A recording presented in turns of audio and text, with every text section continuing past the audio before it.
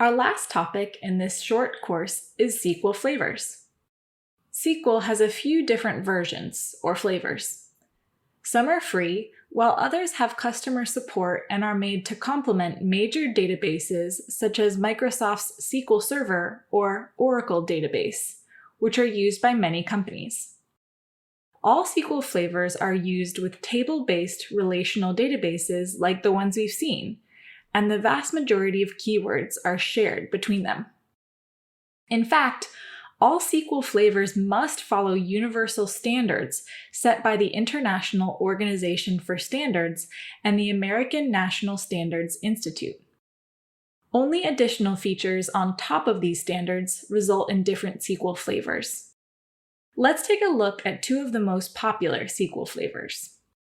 PostgreSQL is a free and open-source relational database system which was originally created at the University of California, Berkeley, and was sponsored by America's famous Defense Advanced Research Projects Agency, or DARPA.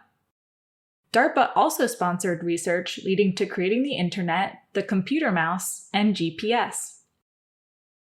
The name PostgreSQL is used to refer to both the database system itself as well as the SQL flavor used with it. SQL Server is also a relational database system that comes in both free and enterprise versions. It was created by Microsoft, so it pairs well with other Microsoft products. T-SQL is Microsoft's proprietary flavor of SQL used with SQL Server databases. Think of SQL flavors as dialects of the same language.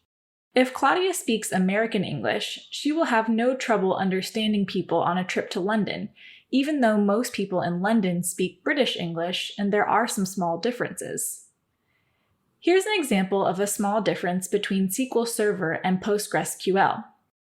When we want to limit the number of records returned, we use the limit keyword in PostgreSQL.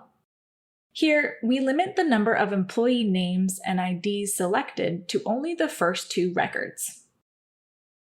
The exact same results are achieved in SQL Server using the top keyword instead of limit. Notice that this keyword is the only difference between the two queries.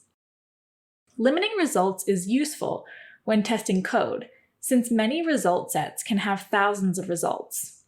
It's best to write and test code using just a few results before removing the limit for the final query. New SQL learners may wonder which flavor they should learn. This may be an easy decision if a learner knows that her employer uses Microsoft's SQL Server, for example. Or it might be a hard one for a job seeker or student who doesn't know what database management system a future employer might use. Don't worry too much about what flavor to learn. As we've seen, the differences are small. A PostgreSQL wizard can become a SQL Server wizard by learning a handful of different keywords. Now that we've sampled a few SQL flavors, let's practice.